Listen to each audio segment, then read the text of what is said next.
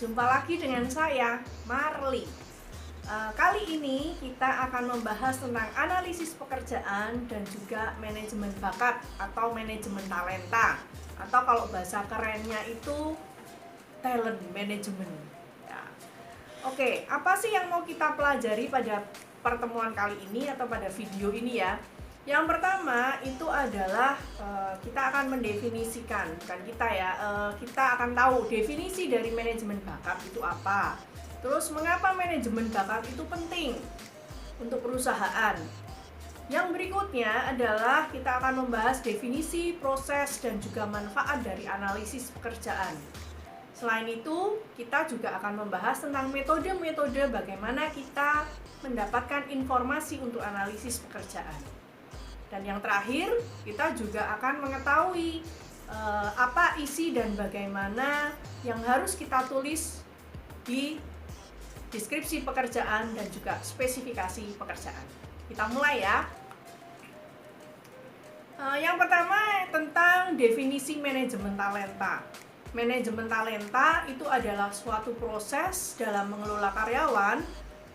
Tujuannya untuk memenuhi kebutuhan kompetensi karyawan jangka panjang dengan cara mengintegrasikan proses perencanaan, rekrutan, pengembangan, pengelolaan karyawan itu sendiri. Pentingnya manajemen bakat yang pertama adalah manajer itu jadi dapat mengelola SDM-nya dalam hal untuk mendapatkan, memperbaiki, dan juga mempertahankan karyawan mereka yang terbaik.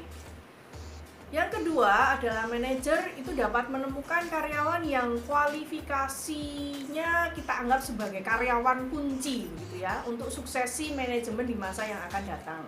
Kenapa? Karena dengan manajemen bakat ini kita bisa mengetahui keterampilan, pengetahuan, dan juga perilaku yang baik dari karyawan, dan itu nanti mereka yang menjadi orang-orang kunci dari proses pemetaan itu kita bisa jadikan bibit unggul untuk mereka menjadi pemimpin-pemimpin di kemudian hari. Nah, untuk melakukan manajemen bakat, itu yang pertama kali yang harus kita lakukan adalah kita melakukan analisis pekerjaan dulu. Analisis pekerjaan itu kalau dijabarkan ya, itu sebuah prosedur untuk menentukan tugas dan keterampilan yang diperlukan oleh sebuah pekerjaan begitu ya, atau singkatnya deskripsi pekerjaan. Selain itu, analisis pekerjaan itu juga prosedur untuk kita mengetahui begitu ya, dan mencari tahu gitu ya, jenis orang yang harus dipekerjakan untuk mengisi sebuah pekerjaan, atau yang sering kita sebut dengan spesifikasi pekerjaan. Nah, kenapa analisis pekerjaan ini juga penting kita lakukan begitu ya, bahkan kalau bisa ini dilakukan di awal begitu ya. Kenapa? Ada banyak fungsi MSDM yang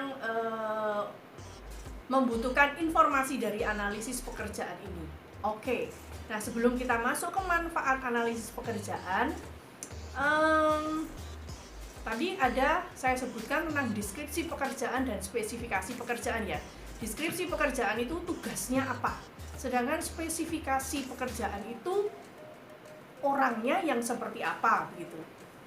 Mungkinkah di banyak pekerjaan itu tidak menggunakan deskripsi dan spesifikasi pekerjaan ini, atau tidak membutuhkan analisis pekerjaan? Sebetulnya di banyak bidang pekerjaan, bahkan itu pembantu rumah tangga pun itu membutuhkan analisis pekerjaan. Pernah melihat mungkin orang tua Anda mengajari atau memberitahu kepada pembantu rumah tangga Anda bahwa, Mbak, nanti kalau pagi itu tugasnya Mbak adalah yang pertama merebus air untuk mandinya anak-anak sebelum sekolah. Setelah itu Mbak harus menyiapkan makanan untuk sarapannya anak-anak. Setelah itu siapkan seragam dan bla bla bla bla bla begitu ya. Nah, itu sebetulnya adalah bagian dari analisis pekerjaan. Bagaimana kita menyiapkan runtutan kegiatan untuk orang yang mau kita pekerjakan. Termasuk juga kita mau pilih orang macam apa. Apakah pembantu rumah tangga kita nggak perlu sekolah tinggi-tinggi, ataukah kita membutuhkan yang SMA lah, atau mungkin dia keterampilannya khusus yang bisa penjahit misalnya seperti itu. Nah, itu adalah bagian dari kita melakukan analisis pekerjaan. Meskipun kalau di dalam keluarga tadi seperti contohnya di pembantu rumah tangga itu tidak tertulis jelas begitu ya, sampai dituliskan tanggung jawabnya apa, tugasnya apa, nanti harus melaporkan ke siapa, nggak ditulis seperti itu. Secara informal itu ada.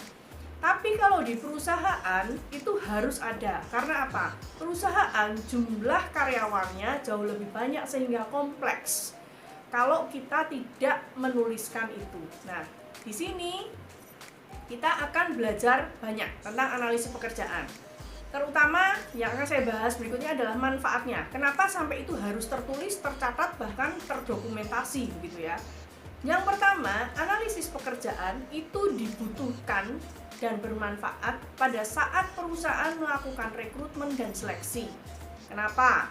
Karena di dalam analisis pekerjaan yang terdiri atas deskripsi pekerjaan dan spesifikasi pekerjaan itu memuat informasi tentang tugas dan karakteristik orang yang dibutuhkan. Nah, informasi ini dapat membantu manajer untuk memutuskan tipe orang apa yang harus direkrut dan dipekerjakan. Contohnya misalnya kalau kita butuh sales, kita mencari orang itu berdasarkan tugasnya apa dulu. Apakah kalau sales kacang goreng dengan sales untuk mobil mewah, kita akan mencari spesifikasinya sama, orangnya sama. Bisa ya, bisa enggak gitu ya. Tetapi tentu saja dengan kriteria-kriteria tertentu yang pastinya berbeda, karena barangnya yang dijual juga berbeda. Kita akan cocokkan nanti dengan apa yang tertulis di deskripsi pekerjaan dan spesifikasi pekerjaan. Kita lanjut dulu ya. Manfaat yang kedua itu adalah pemenuhan kesetaraan kerja bersama. Kenapa? Karena di banyak perusahaan, bahkan di negara-negara maju, itu mereka mewajibkan ada prosentase orang-orang yang disabilitas untuk bekerja di perusahaan. Nah, untuk itu kejelasan informasi dalam analisis pekerjaan yang tertuang dalam deskripsi pekerjaan dan spesifikasi pekerjaan itu harus ada. Misalnya kalau sopir apakah bisa kita mempekerjakan orang yang buta warna? Mestinya nggak bisa, nanti dia akan nabrak terus. Kalau lampu merah dia nggak lihat, lampu merah hijau atau apa dia mungkin nggak lihat begitu ya, sehingga dia nabrak. Tetapi orang yang buta warna kan tetap bisa, seandainya dia dipekerjakan di operator telepon atau dia di bagian admin yang tidak membutuhkan perbedaan warna, itu jadi tidak masalah. Sehingga informasi ini perlu dimasukkan dalam analisis pekerjaan. Manfaat yang ketiga itu adalah penilaian kinerja. Nah, kenapa?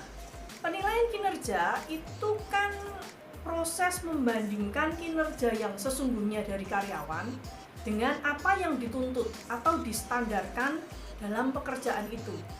Nah, dalam deskripsi pekerjaan tertuanglah standar pekerjaan itu apa.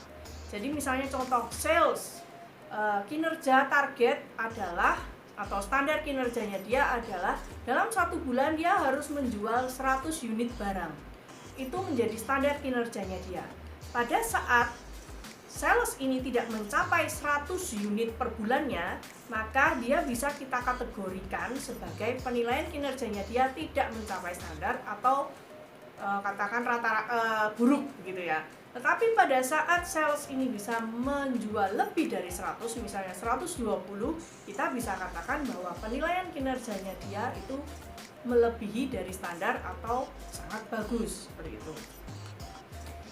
Yang berikutnya, manfaat yang keempat itu adalah untuk kompensasi. Kenapa?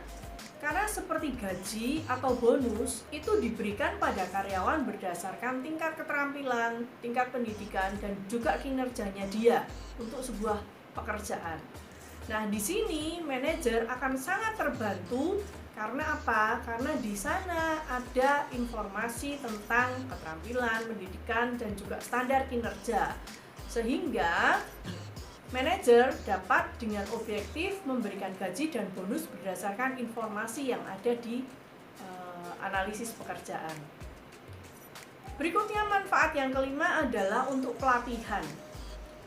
Dalam deskripsi pekerjaan itu terdapat tugas dan keterampilan yang dibutuhkan, sehingga manajer itu dapat menentukan kebutuhan pelatihan apa yang harus dilakukan untuk memenuhi agar seorang karyawan itu dapat melakukan atau menyelesaikan pekerjaannya. Yang keenam adalah untuk manajemen talenta tadi ya, yang sudah kita bahas sebelumnya. Kenapa analisis pekerjaan ini dapat membantu proses manajemen talenta?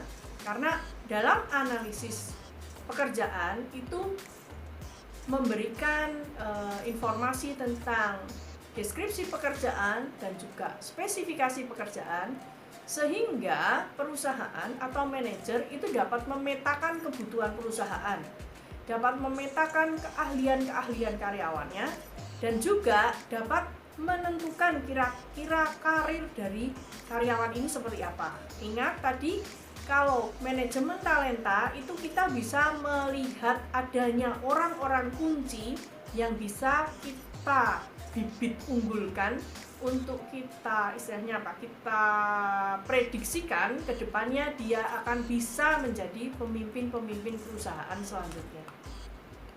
Nah, kita tadi bicara terus tentang analisis pekerjaan. Tapi bagaimana sih prosesnya kita untuk melakukan analisis pekerjaan? Nah, ada 6 langkah yang mesti kita jalani. Yang pertama adalah kita harus memutuskan dulu informasi tentang analisis pekerjaan itu nanti akan kita pakai untuk apa? Apakah hanya untuk kompensasi? Ataukah untuk karir karyawan? Ataukah kita itu mau mengisi posisi yang kosong? Ataukah ada kejadian di saat ini, misalnya ada COVID gitu ya, terus kita harus membuat satu divisi baru nih tentang penanganan COVID. Jadi kita akan mencari orang-orang yang cocok untuk gugus COVID seperti itu. Nah, itu bisa kita lihat dari analisis pekerjaan dengan melihat informasi yang telah kita peroleh dari deskripsi pekerjaan dan spesifikasi pekerjaan. Setelah itu, setelah kita tahu tujuan dan juga apa yang akan kita terapkan untuk informasi yang sudah kita peroleh dari analisis jabatan, maka yang kedua yang harus kita tentukan langkahnya adalah latar belakang yang relevan terhadap pekerjaan. Kita mesti cari tahu nih, pekerjaan yang kita pilih untuk kita lakukan analisis pekerjaan itu siapa ya yang ada di atasannya, yang jadi atasannya, siapa yang jadi bawahannya. Terus pekerjaan-pekerjaan itu seperti apa kira-kira, apakah membutuhkan teknologi tinggi atau enggak gitu ya. Nah, itu kita mesti mencari informasi yang relevan untuk pekerjaan-pekerjaan ini. Langkah yang ketiga adalah setelah kita mendata semua pekerjaan itu, sudah tahu latar belakangnya, maka kita coba pilih nih, mana posisi yang representatif untuk mewakili kita untuk melakukan analisis jabatan. Karena sebenarnya tidak perlu semua jabatan kita analisis pekerjaannya, tetapi kita bikin atau pilih salah satu posisi kunci untuk kita melakukan analisis pekerjaan, sehingga nanti yang ada di atasnya atau ada di bawahnya itu bisa kita tambah dan kita kurangi. Langkah yang keempat adalah kita mengumpulkan dan menganalisis data. Kita tadi kan udah menentukan ya posisi mana, maka itu yang kita cari gitu ya. Memang akan lebih baik kalau semua posisi kita coba analisis jabatan gitu. Tetapi jika tidak memungkinkan waktunya, silakan pilih posisi-posisi yang kira-kira menjadi posisi kunci untuk kita menentukan pekerjaan-pekerjaan yang di atas, di bawahnya, atau di samping-sampingnya seperti itu. Nah, setelah mengumpulkan data, menganalisis data, hasilnya sudah ada, yang harus kita lakukan adalah kita nggak boleh langsung memberi penilaian bahwa oh ternyata untuk pekerjaan ini analisis jabatannya seperti ini. Enggak, jangan. Kita mencoba untuk mencari sumber yang lain dengan langkah yang kelima, yaitu memverifikasi informasi dengan atasan ya, atasan langsung dari orang yang kita jadikan posisinya itu untuk kita analisis jabatan. Jadi di sana kita melakukan konfirmasi, memverifikasi apakah temuan kita, data-data yang kita kumpulkan itu sudah benar atau belum gitu ya. Sehingga ini menjadi cross check. Nah, setelah terjadi satu suara atau satu temuan yang sama, maka kita baru bisa mengembangkan deskripsi pekerjaan dan spesifikasi pekerjaan sebagai langkah terakhir kita. Nah, pada saat tadi melakukan analisis jabatan, ada satu langkah di mana kita harus mencari data. Gimana ya caranya mencari data? Kita sudah tahu loh siapa yang akan kita gunakan jabatannya untuk analisis jabatan. Maka ada 6 metode yang bisa kita gunakan. Akan lebih baik kalau minimal dari 6 ini itu 3 kita pakai untuk pengumpulan informasi. Apa aja metodenya?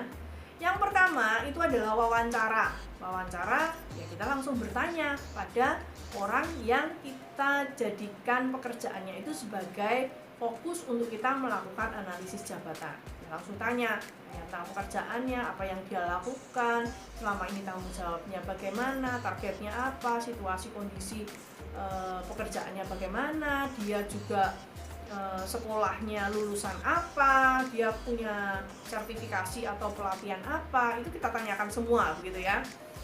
Nah, kalau seandainya yang menjadi target kita, posisi pekerjaan itu tidak banyak orangnya yang akan kita wawancarai, maka wawancara akan menjadi efektif. Tetapi kalau bayangkan kalau anak buah Anda ada 20 masih lumayan lah, 100 begitu, Anda mau wawancara satu-satu, kapan selesainya gitu ya. Maka kita bisa menggunakan cara yang kedua dengan kuesioner. Jadi kita bagikan kuesioner, di sana ada pertanyaan, bisa pertanyaan terbuka, tertutup, atau dengan penjelasan gitu ya. Dari situ kita akan menganalisis nanti setelah terkumpul kuesionernya baru kita analisis. Ada cara lain lagi. Yang ketiga itu dengan observasi atau pengamatan. Jadi kita nggak bertanya, kita tidak menyebarkan kuesioner, tapi kita mengamati aja orang yang jadi target di mana pekerjaannya akan kita analisis itu mereka melakukan apa saja, kegiatannya apa, tugasnya apa, itu yang kita catat begitu ya. Tapi kalau itu pun kita agak kesulitan, maka ada cara yang keempat, yaitu dengan catatan harian. Beberapa perusahaan itu mewajibkan karyawannya melakukan catatan harian, atau seperti kalau kita zaman SMA begitu ya, mungkin menuliskan diary, waduh kejadian hari ini apa begitu ya. Nah, di perusahaan pun juga ada yang melakukan itu. Tetapi seandainya catatan harian ini tidak dilakukan, itu pun bisa dimulai misalnya, tolong deh seminggu ini buat catatan harian ya, apa aja yang Anda kerjakan dari pagi sampai Anda pulang, itu juga bisa. Nanti itu sebagai informasi kita untuk membuat analisis pekerjaan. Yang berikutnya adalah dengan teknik analisis kuantitatif. Di sini kita memasukkan beberapa angka-angka begitu ya. Termasuk kita membandingkan, oh orang ini ternyata lebih cekatan dari yang lain. Orang ini ternyata daya analisisnya lebih bagus dari yang lain. Jadi kita membuat angka-angka skala untuk menentukan penilaian-penilaian kita pada analisis jabatan. Yang keenam ini lebih ke arah teknis metodenya ya, bagaimana kita bisa mengambil informasi itu dari basis internet. Misalnya kalau sales gitu ya, sales kita bisa lihat karyawan A ini berapa ya penjualannya, yang kedua berapa, sehingga dari situ kita bisa tentukan kira-kira rata-rata untuk standar mereka kinerjanya seperti apa, itu kita bisa dapatkan dari data-data yang sudah tersedia di internet. Mungkin lebih tepatnya informasi dari internet yang di dalam perusahaan. Nah, setelah kita melakukan tadi ya tahapan analisis pekerjaan, maka yang kita hasilkan itu ada 2 dari analisis pekerjaan. Data ini kan masih banyak sekali gitu ya, masih banyak sekali, sehingga kita bisa petakan menjadi 2. Yang pertama adalah deskripsi pekerjaan dan yang kedua adalah spesifikasi pekerjaan. Nah, Deskripsi pekerjaan mungkin tadi sudah saya jelaskan juga ya. Isinya itu adalah daftar yang isinya adalah tugas, tanggung jawab, hubungan pelaporan, kondisi kerja, dan tanggung jawab penyeliaan dari suatu pekerjaan. Jadi kalau analisis pekerjaan hasilnya dua, deskripsi pekerjaan dan spesifikasi pekerjaan. Deskripsi pekerjaan adalah tugasnya apa sih, pekerjaannya apa, intinya seperti itu gitu ya. Nah, sedangkan spesifikasi pekerjaan itu memuat persyaratan kualifikasi yang dimiliki karyawan untuk dia mampu melakukan suatu pekerjaan, seperti misalnya tingkat pendidikan, keterampilan, kepribadian, dan juga lain sebagainya gitu ya. Nah, dalam spesifikasi pekerjaan ini intinya adalah orang seperti apa yang akan kita posisikan untuk dapat melakukan pekerjaan tersebut. Sekarang saya akan perjelas bagaimana caranya menulis deskripsi pekerjaan gitu ya. Dari data dan informasi yang Anda sudah peroleh, maka kita akan membuat deskripsi pekerjaan dengan paling tidak ada 7 hal ini ya. Yang pertama itu adalah identifikasi pekerjaan. Misalnya, nama pekerjaannya apa? Kita kan mesti kasih nama begitu ya, pekerjaannya apa. Yang kedua, misalnya dengan nomor pekerjaannya. Nomor pekerjaan maksudnya bisa jadi kalau kita bandingkan antara ada sales yang di rumah dan sales yang keluar begitu ya. Di rumah artinya dia hanya menunggu customer yang datang begitu ya. Kita kan bisa kasih kodenya berbeda antara yang di dalam dan di luar untuk memudahkan kita nanti memetakan atau mencari data yang kita butuhkan. Yang kedua, hal yang harus kita tulis dalam deskripsi pekerjaan itu adalah rangkuman pekerjaan. Jadi apa saja yang dia lakukan selama proses dia melakukan pekerjaannya ya. Yang ketiga adalah tanggung jawab dan tugasnya dia. Jadi kalau rangkuman pekerjaan misalnya sales, dia tugasnya apa nih? Jual gitu ya. Jual ada 5 item yang harus dia jual. Kalau tanggung jawab itu nanti dia harus menjual berapa. Terus dia itu nanti ada kaitannya dengan yang keempat ya, poin yang keempat tentang otoritas pemegang jabatan. Nah, dia itu akan memiliki wewenang seberapa jauh? Apakah hanya di Surabaya saja atau sampai Jawa Timur gitu ya? Jadi area otoritasnya dia ada di mana? Setelah itu yang harus kita tuliskan dalam deskripsi pekerjaan itu adalah standar kinerja. Standar kinerja artinya apakah seorang sales itu harus tiap bulannya 100 unit penjualannya, ataukah nanti kita akan bagi per minggu. Jadi per minggu dia harus menjual 30 misalnya seperti itu. Nah, di situ dituliskan standar kinerjanya dia untuk apa, untuk yang harus dia capai begitu ya. Yang keenam, yang harus kita tuliskan dalam deskripsi pekerjaan itu adalah kondisi kerja. Bagaimana kondisi kerja dari karyawan itu? Apakah salah satunya contohnya misalnya di dalam ruangan atau di luar ruangan? Atau dia itu harus lebih banyak berhadapan dengan mesin, berhadapan dengan komputer, atau dia lebih banyak berhadapan dengan orang. Itu bisa dimasukkan dalam kondisi kerja. Termasuk juga kondisi kerja itu mungkin seandainya perusahaan itu melakukan ekspansi dan ternyata daerahnya adalah daerah yang sedang konflik. Nah, kita bisa masukkan kondisi kerja di sana ternyata adalah kondisi kerja yang berisiko tinggi. Karena itu nanti kaitannya ada banyak dengan misalnya jaminan yang kita berikan atau kompensasi yang kita berikan. Oke, dan yang ketujuh adalah spesifikasi pekerjaan. Nah, spesifikasi pekerjaan ini itu ada 4 poin yang harus ada di sana gitu ya. Yang pertama adalah spesifikasi kebutuhan orangnya itu kita butuh yang terlatih enggak ya? Kita butuh yang berpengalaman apa enggak ya? Terus pengalamannya yang berapa nih di bidang itu? Atau dia punya sertifikasi tertentu kah yang kita butuhkan gitu ya? Atau dia itu pendidikannya harus S2, S3 atau SMA aja cukup begitu ya? Itu harus ada di sana. Yang kedua itu adalah spesifikasi berdasarkan penilaian perilaku. Nah, sebuah pekerjaan itu apakah membutuhkan perilaku ketelitian misalnya, itu dituliskan di sana. Butuh nggak ketelitian? Butuh nggak kerajinan? Pekerjaan ini bisa nggak dilakukan secara fleksibel waktunya? Jadi nggak perlu ngantor dari jam 8 sampai jam 4 begitu ya. Tapi dia mungkin boleh mengerjakan jam 7 malam, nggak masalah gitu ya. Nah, itu harus dituliskan di sana. Termasuk juga berbagai macam kekacauan psikologis begitu ya. Jadi apakah dia pemarah, ataukah orangnya harus sabar yang ada di sana, atau kalau orang-orang yang agak sukanya terburu-buru, nggak apa-apa di sana. Tapi di sisi lain harus yang pekerjaan lain itu membutuhkan kesabaran, ketenangan seperti itu. Silahkan tuliskan di sana. Gitu. Terus yang ketiga itu adalah spesifikasi berdasarkan analisis statistik. Nah, ini tujuannya adalah menghubungkan antara kriteria orang dengan keefektifan kerja. Contohnya gini, kalau mereka itu kuli angkut atau ngangkat-ngangkat barang gitu ya, apakah ada dari pengamatan kita nih, apakah ternyata orang-orang yang punya otot, orang-orang berotot itu ternyata misalnya dari yang kita amati, orang-orang yang berotot ini ternyata ngangkutnya lebih cepat.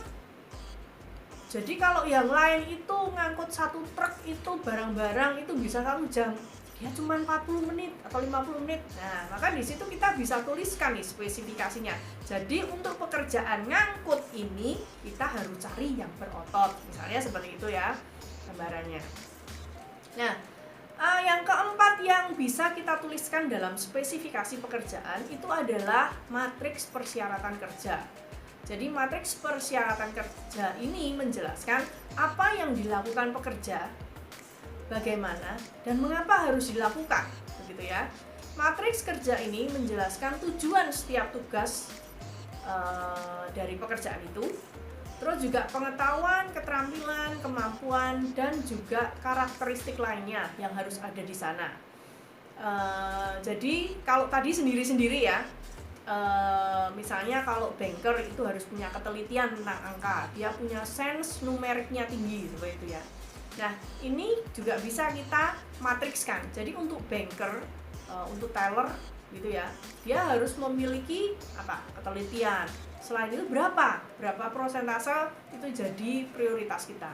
Terus begitu juga dengan tidak hanya ketelitian. Misalnya ada lagi nih matriks lain yang kita masukkan, kesabaran. Karena kadang-kadang kalau nasabah itu datang terus dia agak terburu-buru atau butuhnya cepat, terus ngamuk gitu ya, marah. Nah, dia bisa handle nggak dengan kesabarannya dia. Itu yang harus kita masukkan dalam spesifikasi pekerjaan. Nah, di akhir cerita ini ada sebuah contoh begitu ya, ilustrasi tentang model dan profil manajemen bakat. Di sini itu ada profesi atau profil untuk human resource manager begitu ya. Yang pertama itu adalah kita harus tentukan dulu bahwa kompetensinya ini apa gitu ya. Kompetensi tadi terdiri dari pengetahuannya dia, keterampilannya dia, dan juga perilakunya dia. Nah, di sini ada yang dituntut adalah kompetensi personalnya dia, cara komunikasinya dia. Nah, dari sini maka kita bisa menentukan nanti cocok enggak area kerjanya gitu ya. Setelah area kerjanya, maka perannya dia sebagai apa? Perannya dia peran kegiatannya dia itu bagaimana? Itu kita bisa pelajari dari contoh gambar terakhir. Gitu ulasan dari saya tentang analisis pekerjaan dan juga manajemen bakat. Selamat belajar lebih dalam lagi dari bukunya Gary Dessler. Silahkan dibaca lagi. Dan karena menariknya adalah buku ini adalah seperti buku cerita novel sebenarnya. Ada banyak kasus yang bisa Anda pelajari di sana. Begitu, sampai ketemu. Bye-bye.